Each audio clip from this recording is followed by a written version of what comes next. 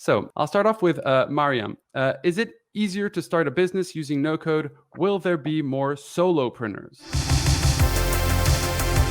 I believe absolutely it's going to happen. So as I mentioned in the beginning as well, one of the ways for non-technical founders to go about building a startup, building something, is either to learn how to code or find a technical co-founder, right? So learning to code is hard to use, time consuming, and most of the people just give up halfway. And also, even if you learn how to code, you learn basics, and it does require experience, long, like years of experience of building something so that you can achieve something really meaningful. And I think that is not really going to, there's lots of course, learning opportunities, and even schools are starting to teach how to code, which is great. But I think half of the population is not going to become engineers, right?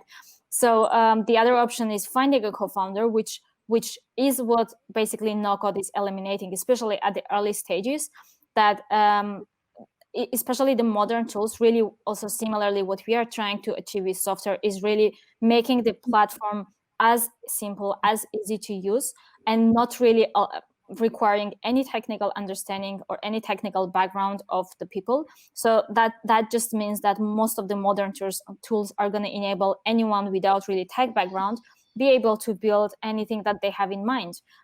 They have a product, they have seen a problem, they are just going to be able to just do it yourself on the platform. Maybe in the future, when it gets more complex, when it gets more kind of specific and there are more functionalities, they can still bring on an engineer or more technical person. But in the beginning, definitely they wouldn't be needing to bring a technical co-founder, and that just means that there's going to be potentially more solopreneurs. Well, I think I agree with Mariam, but I would also say that it enables not only the ones who already have an idea, but also the ones who start out maybe in a small company, who use automation and stuff like that, and just trying stuff out. And because when they can use no-code automations, they can try stuff out for themselves, build processes for themselves, and I think that enables you to think like an entrepreneur if the company allows you to do. But I still think, no code doesn't solve all problems, right? It can help you with that, but initially you need the idea and still, have an understanding about how you want to structure it. And I think no code helps you with that.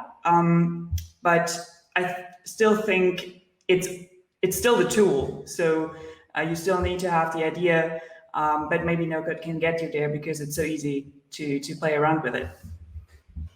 Yeah, I've started saying that the problem at the moment is not the tools; it's connecting the people with the tools, because getting people to actually be willing to learn them, even though they're quicker to learn and all that. But I think that more and more people are realizing, well, what are my options? And I think as Miriam mentioned earlier, they're rather slim if you're a non-technical founder. I can tell. It's just how many amazing smart people come out of business school. And even entrepreneurship MBAs, and they essentially, we have many of them in our program, and the reason why they come is because they've learned so much about entrepreneurship, but when it comes to actually building, testing, validating, understanding what's happening within the product, they still have a massive skill gap. Yeah. So I also like to think about no code as just another language, like another code language that is really easy to use, also has its limits, of course, but is accessible to just a lot more people.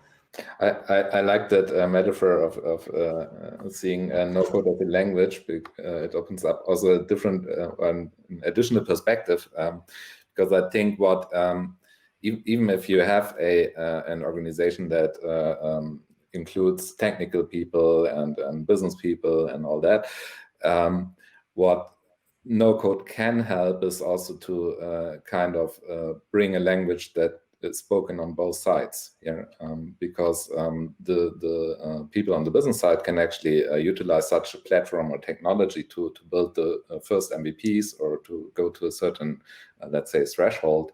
And then maybe advanced requirements kick in, and they can be supported by the IT guys, but it's not that huge gap anymore. Yeah, it's really people are working on the same tools and everybody can contribute.